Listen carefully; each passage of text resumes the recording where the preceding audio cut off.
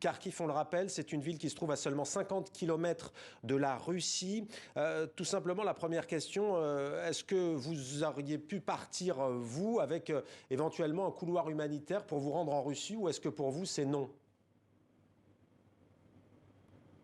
Bonsoir, je ne comprends pas de quel couloir humanitaire pour la Russie vous parlez depuis tout à l'heure, parce que la Russie nous a attaqués. La Russie brûle nos villes et extermine notre population. De quel couloir humanitaire vers la Russie peut-il s'agir? Je ne comprends pas ça.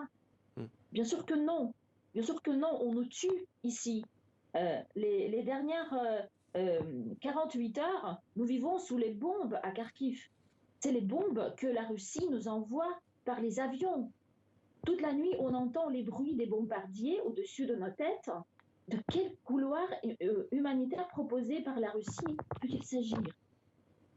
Vous, ce que vous dites, c'est qu'il faudrait déjà que la Russie arrête de bombarder Kharkiv.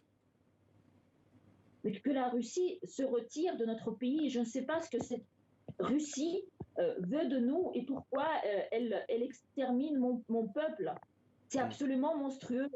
Hmm. Je ne comprends pas que personne ne puisse rien faire avec un vieux connard absolument fou qui fait n'importe quoi Comment ça se dans passe pour l'Europe. vous? Racontez-nous comment ça se passe pour vous. On rappelle que Kharkiv est l'une des villes qui paye le plus lourd tribut depuis l'invasion russe de votre pays. Comment ça se passe pour vous? Est-ce que vous êtes cloîtré au même titre que de nombreux habitants sur place?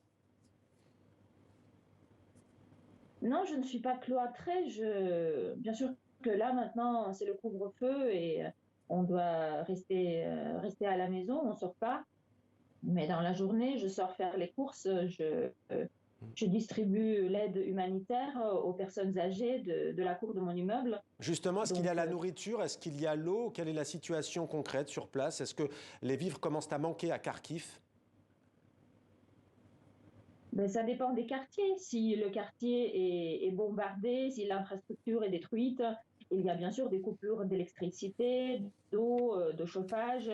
Mais bon, dans mon quartier, pour le moment, on n'a pas été gravement touché. Donc, j'ai encore de l'eau, de l'électricité, le chauffage et tout.